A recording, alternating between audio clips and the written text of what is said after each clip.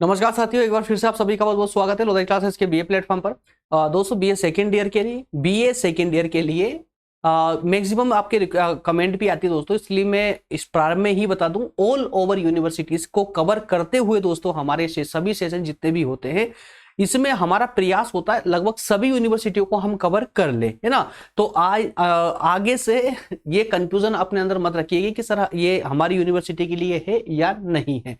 सभी यूनिवर्सिटी के लिए बस आप अपने सिलेबस से टॉपिक को मैच कीजिए। अगर आपका टॉपिक यही है तो 100% ये आपके जो है यूनिवर्सिटी के लिए होगा। क्लियर है। चलिए, तो दोस्तों सेकेंड ईयर के अंतर्गत मॉडर्न हिस्ट्री ऑफ इंडिया पर हमारा डिस्कशन चल रहा था, जिसमें लेक्चर नंबर 4 पर हम डिस्कस करेंगे। वास्तव में दोस्तों जो लेक्चर नंबर 3 था उसी का ये सेकेंड पार्ट है, और उसी में हम उस फर्स्ट पार्ट में जो हमारा बचा हुआ पार्ट था उसी को यहाँ पर कंटिन्यू करेंगे।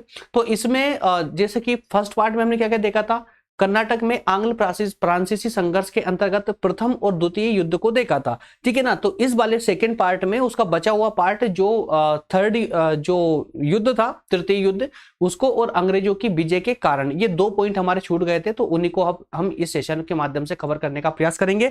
आइए दोस्तों समझते हैं डायरेक्टली, और सीधा बढ़ेंगे हम हमारे सेशन पर डायरेक्टली वहीं पर ही, है ना, जहां से हमारी क्लास छूटी थी। एक बार इस पेज को देख लीजिएगा दोस्तों, ये सभी सब्जेक्ट हम ओपन प्लेटफॉर्म यूट्यूब पर ही कवर करवा रहे हैं ऑल यूनिवर्सिटी के लिए, बीए फर्स्ट, सेकंड और थर्ड ईयर। लगभग ये सब्जेक्ट लगभग कंप्लीट हो चुके हैं और कुछ कंप्लीट होने वाले जो बचे हुए हैं, है ना। और फाउंडेशन क्लासेस भी बहुत जल्दी प्रारंभ करने वाले दोस्तों। इसमें महिला सशक्तिकरण पर हम स्टार्ट कर चुके हैं, इंग्लिश के कुछ सेशन लिए हैं, लेकिन थोड़ा सा आपको भी रुचि दिखानी पड़ेगी। अगर आप लोगों की रुचि बनी रहेगी तो संभवतः सभी सेशन आपके यहाँ पर कंटिन्यू हो जाएंगे, ठीक है ना।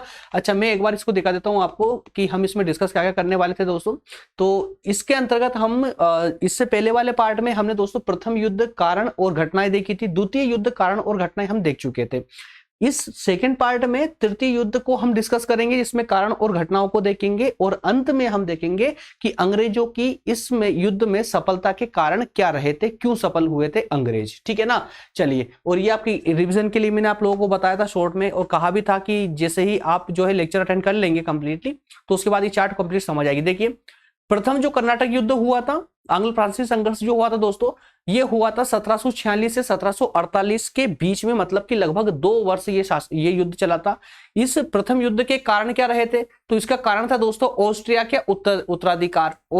यूरोप में ऑस्ट्रिया के उत्तराधिकार को लेकर के ब्रिटेन, इंग्लैंड और फ्रांस के बीच में जो युद्ध चल रहा था, तो उसका प्रभाव जो है भारत में स्थित दोनों देशों की कंपनियों पर भी पड़ा था। इस कारण से ये युद्ध प्रारंभ हुआ था, है ना। इस युद्ध का परिणाम क्या रहा था, तो ओक्सला शेपेल की संधि हुई थी। ओक्सला शेपेल की संधि हुई थी जो कि इतनी प्रभावपूर्ण नहीं थी, ज्यादा लंबे समय इस युद्ध को रोक नहीं पाई थी संधि, ठीक है ना। डुप्ले और मोर्स दोनों आपस में लड़ रहे थे, डुप्ले फ्रांस की ओर से, मोर्स अंग्रेजों की ओर से। आरडीआर की लड़ाई इसके अंतर्गत हुई, सेंट थॉमस की लड़ाई हुई, कैप्टन पैराडाइज, है ना, फ्रांस से, और इधर ही कर्नाटक से अनवरुद्दीन है। ये अनवरुद्दीन है दोस्तों, थोड़ा सा मिसप्रिंट हुआ है ना, अनवरुद्दीन है। तो ये सारी कहानी आपको जब आप सेशन, अगर आपने फर्स्ट पार्ट अटेंड किया है तो ये कहानी पूरी समझ आने वाली है। सेकंड जो द्वितीय कर्नाटक युद्ध हुआ था, ये 1749 से 1754 तक रहा। मतलब कि प्रथम युद्ध को ये जो ओक्सला शेपेल की संधि हुई है दोस्तों, लगभग 1 साल भी ठीक से इस युद्ध को रोक नहीं पाई, और 49 से फिर से ये जो है युद्ध प्रारंभ हो चुका था अगले ही वर्ष में। इसका कारण क्या था, तो हैदराबाद और कर्नाटक पढ़ा था आप लोगों ने दोस्तों की हैदराबाद, है ना। हैदराबाद से कौन कौन थे, मुजफ्फरगंज था और नासिरगंज, इन दोनों के बीच में उत्तराधिकारी को लेकर के संघर्ष चल रहा था, ठीक है ना। उधर अनवरुद्दीन, कहां पर, कर्नाटक में अनवरुद्दीन और चांदा साहब दोनों के बीच में संघर्ष चल रहा था उत्तराधिकार को लेकर, और इन दोनों के ही संघर्ष का फायदा किसने, अंग्रेज और फ्रांसीसियों ने उठाया था, ठीक है ना। तो ये एक विशेष कारण रहा था। इसके अलावा पौंडीचेरी की संधि से ये युद्ध समाप्त हुआ था, सेकंड वाला थोड़ा प्रभावपूर्ण रहा, लगभग 3-4 साल जो है युद्ध शांत बना रहा इस पौंडीचेरी की संधि के बाद में, ठीक है। उसके बाद तीसरा युद्ध होता है जो हम आज डिस्कस करने वाले हैं, 1758 से 1763 तक ये युद्ध चलता है। और ये युद्ध दोस्तों पेरिस की संधि से समाप्त तो होता है, लेकिन ये एक निर्णायक युद्ध होता है, निर्णायक युद्ध होता है, वो फाइनली इसमें अंग्रेजों को सफलता प्राप्त होती है। चलिए, तो डायरेक्टली हम हमारे उसी पार्ट पर मूव करेंगे जहां से हमने सेशन को छोड़ा था। आप लोगों को बता दो दोस्तों, ये सब डिस्कस हम पहले ही कर चुके हैं ना, ये सब कुछ पहले डिस्कस हमारा हो चुका है। द्वितीय कर्नाटक युद्ध पर भी हम चर्चा कर चुके थे पहले ही, तो डायरेक्टली हम थर्ड जो युद्ध रहा है आंग्ल फ्रांसीसी युद्ध उस पर चर्चा करेंगे। ओके। तृतीय कर्नाटक युद्ध कंटिन्यू करेंगे हम अपनी पुरानी कहानी को, है ना। तो देखिए फर्स्ट पहला युद्ध हुआ, दूसरा युद्ध हुआ, और जैसा कि आप सभी जानते हैं कि प्रत्येक युद्ध का जो समापन होता है ना वो हमेशा संधि से ही होता है। दोनों के बीच में एक संधि होगी, दोनों जो भी दोनों विरोधी परस्पर विरोधी जो पक्ष होते हैं युद्ध के, दोनों में संधि होती है, संधि के माध्यम से युद्ध की समाप्ति होती है।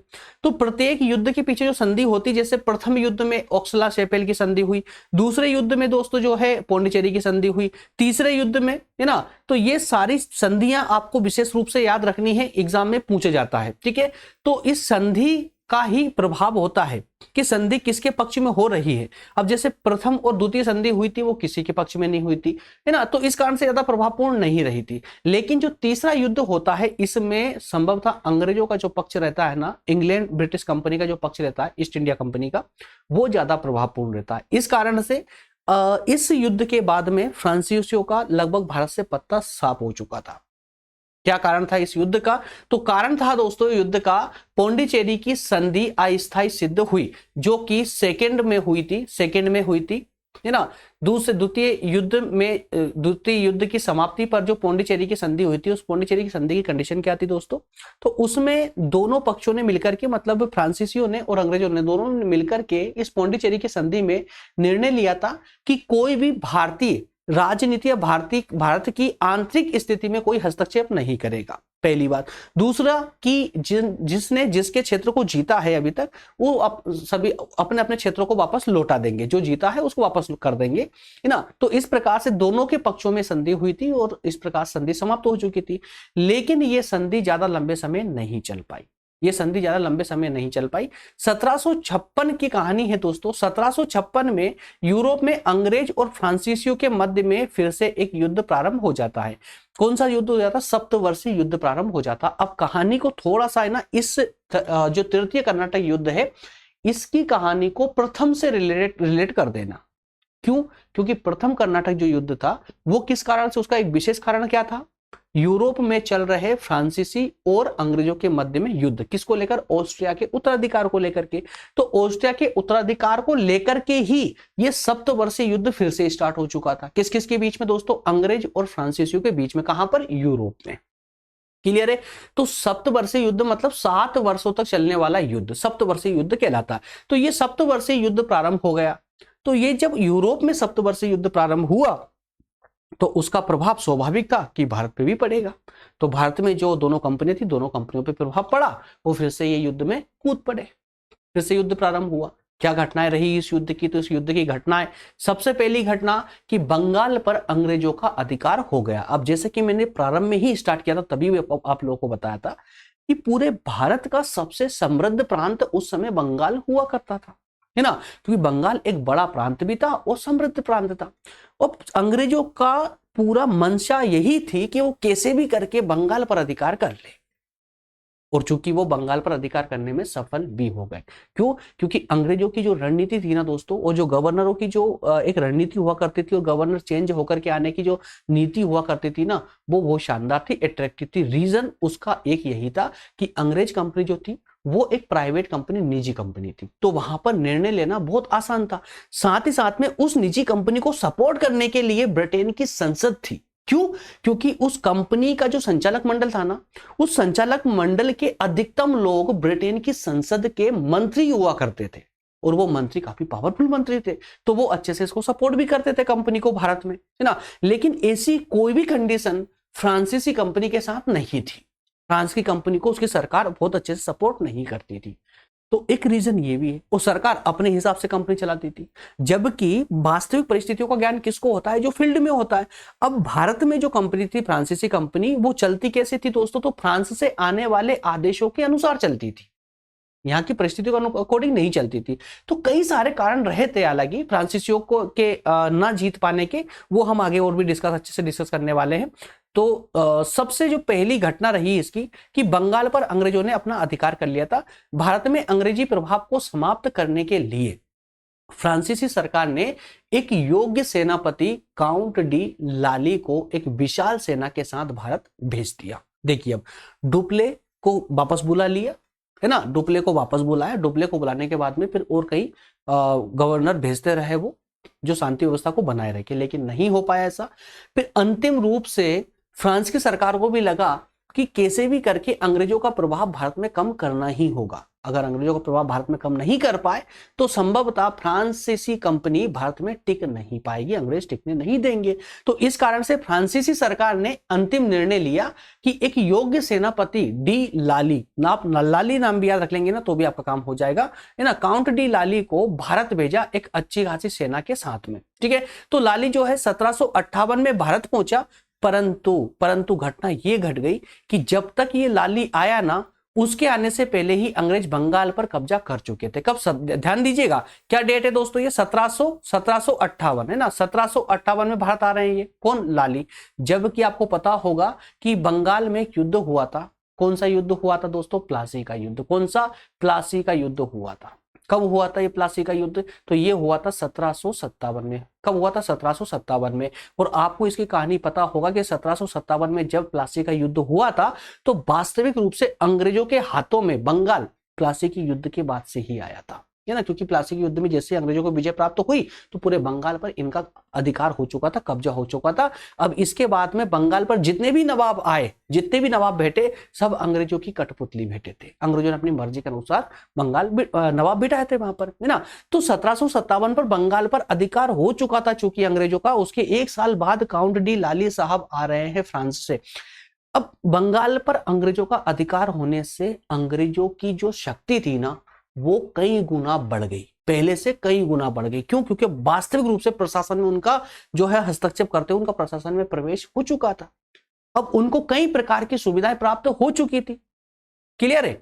तो इस प्रकार से 1757 में देखिए क्लाइव ने बंगाल के नवाब सिराजुद्दौला पर प्लासी के युद्ध में विजय प्राप्त करके बंगाल पर अपना अधिकार कर चुका था। इस कारण से इसका जो है प्रभाव, अब किसका? क्लाइव का प्रभाव, मतलब कि अंग्रेजों का प्रभाव अब बढ़ने लगा था। ठीक है, अब जब प्रभाव बढ़ता है तो व्यक्ति उत्साहित होता है, उसकी शक्तियां और कई गुना बढ़ जाती है ना। तो जब उत्साह बढ़ता है तो जीत और जल्दी हासिल होने लगती है। देखिए, फ्रांसीसी भी, हालांकि डी लाली भी चुप नहीं बैठने वाले थे। इन्होंने क्या किया?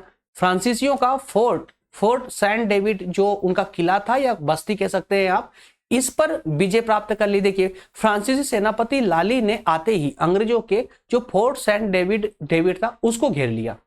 वो 1758 में उस पर अधिकार कर लिया। ठीक है ना, 1758 में आए और आते ही उन्होंने अंग्रेजों का जो एक किला था, अच्छा खासा किला था, फोर्ट सेंट डेविड, उस पर अधिकार कर लिया। इसके बाद लाली ने तंजौर का घेरा डाल दिया। वहां के राजा से 56 लाख रुपए प्राप्त करने का प्रयास किया। हालांकि 56 लाख रुपए कोई फिरौती नहीं मांग रहे थे ये, बल्कि 56 लाख रुपए तंजौर के शासक से फ्रांसीसियों को पहले से लेने थे, बकाया था इनके ऊपर, तो वो लेने का प्रयास किया। ये घेरा काफी लंबा हो गया क्योंकि काउंट जो लाली थे, लाली ने इस घेरे पर ध्यान नहीं दिया, इस घेरे को बढ़ाते चले गए, काफी लंबा हो गया। और इस घेरे के लंबे होने से सेना का जो आपस का जो कॉन्टेक्ट था ना, वो कमजोर पड़ने लगा और इस कॉन्टेक्ट के कमजोर पड़ने का लाभ अंग्रेजों ने उठाया। ठीक है ना। तो इसी समय में क्या किया, एक अंग्रेजी बेड़ा जो है बंगाल से तंजौर की ओर पहुंचने लग गया और लाली जो है, लेली नहीं, मिसप्रिंट हो चुका है, लाली को बाध्य होकर के तंजौर का घेरा उठाना पड़ा, जिससे फ्रांसीसी प्रभाव को भारत में काफी हानि हुई, क्योंकि फ्रांसीसी प्रत्यक्ष रूप से अंग्रेजों से डर करके भागे थे। इस कारण से फ्रांसीसियों का प्रभाव अब भारत में कम नजर आ रहा था। आगे मद्रास का घेरा, मद्रास पर भी घेरा डाला। अब देखिए जरा इसको भी, मद्रास पर घेरा। तो लाली ने अब मद्रास पर आक्रमण करने की सोची। इस कार्य के लिए उसने हैदराबाद से सेनापति बुस्से को बुला लिया। कहां से? हैदराबाद से सेनापति बुस्से को बुलाया। यही जो है उसने डुप्ले ने भी यही हरकत की थी, है ना, जो है सफदरगंज को भेजने के लिए सेनापति जो है वहां हैदराबाद का नवाब बनाने के लिए, सॉरी थोड़ा सा दिमाग से पिछली पड़ा था, ठीक है ना। तो यहीं पर देखिए हैदराबाद के सेनापति जो बुस्से थे, बुस्से को जो है लाली ने वहां से बुला लिया। लेकिन बुस्से को बुलाना लाली की सबसे बड़ी भूल साबित हुई। क्यों हुई? क्योंकि जैसे ही बुस्से ने हैदराबाद को छोड़ा, वैसे ही कर्नल फोर्ड ने उत्तरी सरकार पर अधिकार कर लिया, मतलब कि हैदराबाद की सरकार पर अधिकार कर लिया, और डर के कारण निजाम जो सलामत जंग थे, सलामत जंग, वो अंग्रेजों से जा मिला। इधर फ्रांसीसियों ने मद्रास का घेरा डाल दिया, परंतु कोई विशेष सफलता हाथ नहीं लगी, और इसी बीच वर्षा ऋतु समाप्त हो गई। अंग्रेजी जहाजी बेड़ा मद्रास आ गया। अंत में लाली को विवश होकर के ये घेरा उतारना ही पड़ा। मतलब कि देखिए, Fort Saint David planning fail हो गई, मद्रास का घेरा प्लानिंग फेल हो गई। अब फ्रांसीसी कंपनी जो है ना, निरंतर रूप से अब डिक्रीज हो रही है, मतलब उसके प्रभाव में जो है निरंतर रूप से गिरावट आ रही थी, निरंतर रूप से गिरावट आ रही थी। ठीक है, तो उसको कवर करने का प्रयास फ्रांसीसी निरंतर रूप से करते रहे। एक सेकेंड,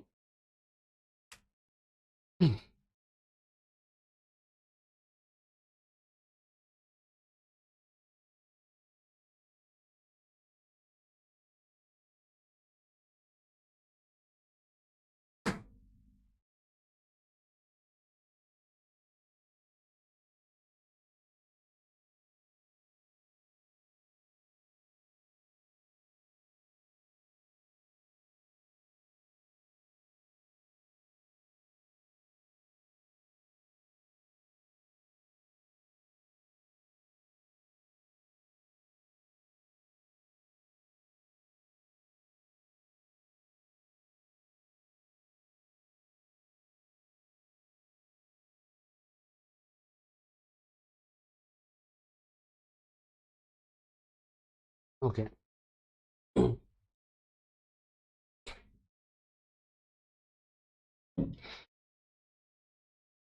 क्लियर है दोस्तों? तो फ्रांसिसो का फोर्ट सेंट डेविड पर विजय, उसके बाद मद्रास का घेरा। तो अब एक तरह से ना लाली जो है निरंतर रूप से अब थोड़े से कमजोर पड़ते जा रहे थे। देखिए, उसके बाद में होता है वांडीवास का युद्ध। कहाँ का? वांडीवास का युद्ध। अब जरा युद्ध पर ध्यान दीजिएगा, वांडीवास का युद्ध। तो मद्रास के घेरे के 1 साल बाद में अंग्रेज और फ्रांसीसियों के बीच में छोटी मोटी झड़पें तो कहीं होती रही, पूरे साल भर चलती रही, लेकिन फ्रांसीसियों की स्थिति निरंतर खराब होती रही। ठीक है ना। 1760 ईस्वी में अंग्रेजी सेना ने फ्रांसीसी सेना को मद्रास और पौंडीचेरी के मध्य स्थित वांडीनास नामक स्थान पर बुरी तरह से पराजित कर दिया, और वांडीवास का जो युद्ध था वो निर्णायक युद्ध साबित हुआ। मतलब यही वांडीवास का जो युद्ध रहा, फ्रांसीसियों के लिए अंग्रेजों के साथ में अंतिम युद्ध साबित हुआ, निर्णायक युद्ध साबित हुआ, और अंतिम रूप से फाइनली जो है अंग्रेजों को विजय प्राप्त हो चुकी थी। यहां से फ्रांसीसियों का अस्तित्व भारत में समाप्त होने वाला था। ठीक है, तो जैसा मैंने आपको बताया था, प्रत्येक युद्ध के बाद में एक संधि होती है, संधि के साथ युद्ध समाप्त होता है। तो पेरिस की संधि होती है, पेरिस की संधि होती है किसको लेकर के? तृतीय युद्ध को समाप्त करने के लिए पेरिस की संधि होती है, लेकिन इस पेरिस की संधि में अंग्रेजों का पलड़ा भारी होता है। इस संधि में वो सारी बातें मनवाई गई जो अंग्रेजों को पसंद थी या अंग्रेजों के हित में थी। 1763 में यूरोप में फ्रांसीसी और अंग्रेजों के मध्य में संधि हो गई थी। कहां पर? 1763 में यूरोप में। याद कीजिएगा, जो ऑस्ट्रिया की उत्तराधिकार को लेकर के जो युद्ध चल रहा था, उसको लेकर के वहां पर एक संधि हो जाती है 1763 में। तो चूंकि जब यूरोप में संधि हो गई थी, दोनों मिलजुल कर रहने लगे थे, तो फिर भारत में भी उसका प्रभाव पड़ना ही था। ठीक है ना। अब चूंकि अंग्रेजों का पलड़ा यहाँ पर भारी था, तो यहाँ पर भी एक संधि हुई जिसे पेरिस की संधि कहा गया। तो इसके पर भारत में भी दोनों पक्षों के मध्य में युद्ध समाप्त हो गया। पौंडीचेरी, चंद्रनगर आदि फ्रांसीसियों को लौटा दी गई। संधि के दौरान क्या हुआ दोस्तों? देखिए, पौंडीचेरी जो फ्रांसीसियों का था वापस दे दिया, चंद्रनगर फ्रांसीसियों का था वापस दे दिया। ठीक है ना। लेकिन संधि की एक शर्त रख दी। अंग्रेजों ने कहा कि सब आप रही यहाँ पर व्यापार कीजिए, आप पौंडीचेरी में कीजिए, चंद्रनगर कीजिए, आपके क्षेत्र आप संभालिए, हमें कोई आपत्ति नहीं है। बस एक ही कंडीशन है कि अब आप सेना नहीं रखेंगे, अब आप सेना नहीं रखेंगे। आप व्यापार करने आए थे, आप व्यापार कीजिए, सेना का रखने का अधिकार आपका खत्म हो जाता है इस पेरिस की संधि से। अब समझिए, किसी एक पक्ष से उसकी सेना छीन ली जाए, सेना डिसमिस करवा दी जाए, मिलिट्री नहीं हो, तो वो शक्तिशाली कहां रह जाएगा? तो सेना की ये कंडीशन रखने से जो है फ्रांसीसियों का लगभग अब ये जो राजनीतिक अस्तित्व था वो पूरी तरह समाप्त हो चुका था।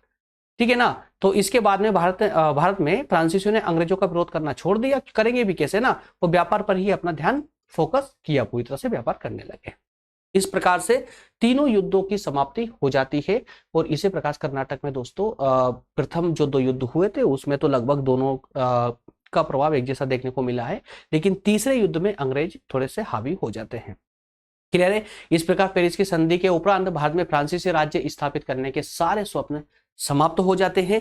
अंग्रेजों के लिए मार्ग प्रशस्त हो जाता है, मतलब अब रास्ते खुल जाते हैं अंग्रेजों के लिए भारत की राजनीति में और आगे तक जाने के लिए, क्योंकि पुर्तगाली और डचों को अंग्रेज पहले ही पराजित कर चुके थे।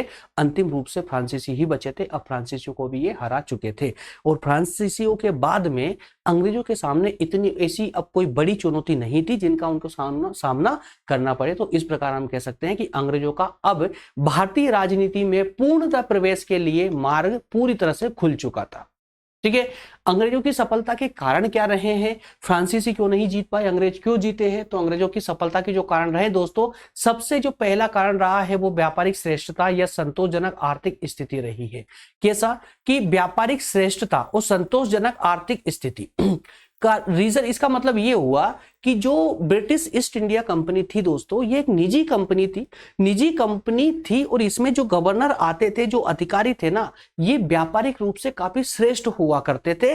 और विशेष करके ये निजी कंपनी होने के कारण प्रत्येक अधिकारी का उसमें लाभ में हिस्सा होने के कारण प्रत्येक जो कार्य करते थे उस कंपनी के लिए वो पूरी लगन और निष्ठा से काम करते थे, ताकि उनकी कंपनी अधिक से अधिक मुनाफा कमाए, जिससे उनका हिस्सा और बड़ा मिलेगा उनको। लेकिन फ्रांस की अगर हम बात करें तो फ्रांसीसी कंपनी चूंकि सरकारी कंपनी थी, उनको सिर्फ सैलरी मिलती थी, तो सैलरी के मिलने के कारण उनके अंदर इतना उत्साह नहीं था। इसके अलावा जब अंग्रेज युद्ध लड़ रहे थे तो अंग्रेजों का एक पक्ष युद्ध लड़ता था, दूसरा पक्ष व्यापार पर भी ध्यान देता था, जिससे कि उनको युद्ध के लिए जो है धन पर्याप्त रूप से मिलता रहे। साथ ही साथ में इंग्लैंड की संसद भी ईस्ट इंडिया कंपनी को सपोर्ट करती थी। लेकिन इस प्रकार की कोई भी विशेषता या कोई भी जो विशेषता है या कोई भी व्यवस्था फ्रांसीसी कंपनी के लिए नहीं थी। फ्रांस की सरकार जो थी वो फ्रांस की कंपनी को इतना सपोर्ट नहीं कर पाती थी। ये एक सबसे बड़ा रीजन रहा अंग्रेजों के जीतने का और फ्रांसीसियों के हारने का। दूसरा कारण है दोस्तों अंग्रेजी कंपनी का स्वरूप। जैसा मैंने आपको बताया कि अंग्रेजी कंपनी ईस्ट इंडिया कंपनी जो थी वो एक प्राइवेट कंपनी थी, है ना, और फ्रांसीसी कंपनी सरकारी कंपनी थी। तो प्राइवेट कंपनी और सरकारी कंपनी, इनके जो कर्मचारी होते हैं ना, उनके कार्यों में कई ज्यादा जो है डिफरेंस होता है। आज आप खुद ही देखिए ना, आप कहीं मत जाइए, बैंक में जाइए, आप जो है किसी यूनियन बैंक में या बैंक ऑफ इंडिया या एसबीआई किसी भी सरकारी बैंक में आप जाइएगा, वहां की सर्विस देखिए, है ना, वहां की सर्विस देखिए। शायद आपको आपकी जो है ना एक अमाउंट अगर मशीन खराब होगी इस बैंक की, तो आपको एंट्री करवाने के लिए हो सकता है शायद 2 या 3 घंटे लाइन में लगना पड़ सकता है। लेकिन आप किसी प्राइवेट बैंक में जाइए, जैसे मैं किसी बैंक का भी नाम लेता हूं, जैसे कोटक बैंक में चले जाइए, बैंक ऑफ बड़ौदा में चले, कोई भी प्राइवेट बैंक में चले जाइए, वहां पर आपको न लाइन लगाने की आवश्यकता होगी, न कोई वेट करने की आवश्यकता होगी, आपका काम फटाफट होगा। और बल्कि प्राइवेट कंपनियों की या प्राइवेट बैंकों की सर्विस इतनी शानदार होती है कि आपको घर पहुंच सेवा प्रदान करते हैं वो लोग। तो ये डिफरेंस होता है सरकारी में और प्राइवेट में। तो ये सेम टू सेम डिफरेंस यहां पर भी देखने को मिल रहा है। यार ब्रिटिश ईस्ट इंडिया कंपनी जो है एक प्राइवेट निजी कंपनी थी, उसमें प्रत्येक काम करने वाले को शेयर मिलते थे, तो वो प्रत्येक व्यक्ति चाहता था कि उसकी कंपनी मूव करे, है ना, और ग्रो करे। लेकिन फ्रांसीसी कंपनी सरकारी कंपनी थी, लोग भ्रष्टाचार कई सारी चीजें थी, उनमें एक निष्ठा नहीं थी काम करने की कुल मिलाकर के। तो ये भी एक बड़ा रीजन रहा। इसके अलावा बात करें तो अंग्रेजी कंपनी को सरकारी सहायता मैं आपको बता ही चुका हूं। सरकारी सहायता मतलब कि जो ईस्ट इंडिया कंपनी थी उसके संचालक मंडल के लोग, मतलब ऐसा समझिए कि ईस्ट इंडिया कंपनी के जो पार्टनर थे ना, वो पार्टनर इंग्लैंड की संसद के सदस्य थे। तो अब चूंकि कंपनी के पार्टनर जिनके पास अच्छे खासे शेयर थे कंपनी के, वो इंग्लैंड की संसद के सदस्य थे, बड़े बड़े पदों पर थे, उच्च पदों पर थे। तो सोचिए वो कितना सपोर्ट करते होंगे इनको, है ना। इस कारण से इनकी जो सहायता इनको ज्यादा मिली है। बल्कि फ्रांसीसी कंपनी को किसी प्रकार की सरकारी सहायता नहीं मिल पाई थी। बंगाल विजय अंग्रेजों का सबसे बड़ा कदम रहा था। उन्होंने डायरेक्ट बंगाल को फोकस किया, जबकि फ्रांसीसियों ने दक्षिण भारत से बाहर ही नहीं निकल पाए ये लोग, है ना, पौंडीचेरी वगैरह या आसपास का क्षेत्र को पर ही फोकस किया उन्होंने। लेकिन वो आर्थिक स्थिति को कैलकुलेट नहीं कर पाए थे फ्रांसीसी लोग, और अंग्रेजों ने डायरेक्ट आर्थिक स्थिति को देखा कि आर्थिक रूप से कौन सा प्रांत ज्यादा सफल है, और उसी प्रांत पर डायरेक्ट इन्होंने सबसे पहले अधिकार किया। बंगाल सबसे ज्यादा समृद्ध प्रांत था, वो सबसे पहले वही उन्होंने अधिकार किया। इस कारण से उनकी स्थिति, मतलब अंग्रेजों की स्थिति फ्रांसीसियों से कहीं ज्यादा सुदृढ़ हो चुकी थी। क्लियर है ना? तो इस प्रकार से दोस्तों, इस प्रकार से 4 बिंदु हमने जो है अंग्रेजों की सफलता के बारे में डिस्कस किए हैं। इससे ज्यादा पढ़ना है तो आपको पुस्तक में बहुत सारे बिंदु मिल जाएंगे, लेकिन समझने के दृष्टिकोण से इतना सेशन पर्याप्त है। क्लियर है? नेक्स्ट सेशन जो दोस्तों हमारा होगा वो पानीपत के तृतीय युद्ध पर हमारा अब अगला सेशन होगा। ठीक है ना? मिलेंगे अगले सेशन में। कोई समस्या आ रही हो तो आप मुझे कमेंट कर सकते हैं, व्हाट्सएप पर या टेलीग्राम पर मैसेज भी कर सकते हैं। नए स्टूडेंट हैं तो समझ ले, हमारे सभी सेशन को अटेंड करने के लिए आप चाहें तो टेलीग्राम ग्रुप को ज्वाइन कर सकते हैं। मैं आपको रिपीट कर दूं, व्हाट्सएप पर हम कोई ग्रुप नहीं बनाते हैं सिक्योरिटी रीजन के कारण, है ना? थोड़ी गर्ल्स को वहां प्रॉब्लम आती है, इस कारण से हमने टेलीग्राम पर ग्रुप बनाया हुआ है। जिसको भी पूरी ईमानदारी के साथ पढ़ना है, डेली सेशन अटेंड करना है, वो इस ग्रुप को ज्वाइन कर ले। सभी सेशन यूट्यूब पर अपलोड करने के तुरंत बाद जो हमारा काम होता है ना, वो इस ग्रुप में सेशन को डालना होता है और क्रम अनुसार सभी सेशन डले होते हैं। इस कारण से अगर आप बीच में कभी 2 दिन 4 दिन कभी सेशन नहीं भी अटेंड कर पाते हैं तो भी आप बाद में भी ग्रुप पर आपके सेशन पड़े रहेंगे, वहां जब चाहे तब उनको अटेंड कर सकते हैं। सभी नोट्स लेक्चर के डिस्क्रिप्शन में ही मिल जाती है। सभी नोट्स एक साथ चाहिए दोस्तों तो उसकी कुछ कंडीशन है जो आपको फॉलो करनी पड़ सकती है। उसके लिए आपको हमें मैसेज करना होगा टेलीग्राम पर या व्हाट्सएप पर आकर के। चलिए मिलेंगे अगले सेशन में दोस्तों, तब तक आप सभी का बहुत बहुत धन्यवाद। Thank you.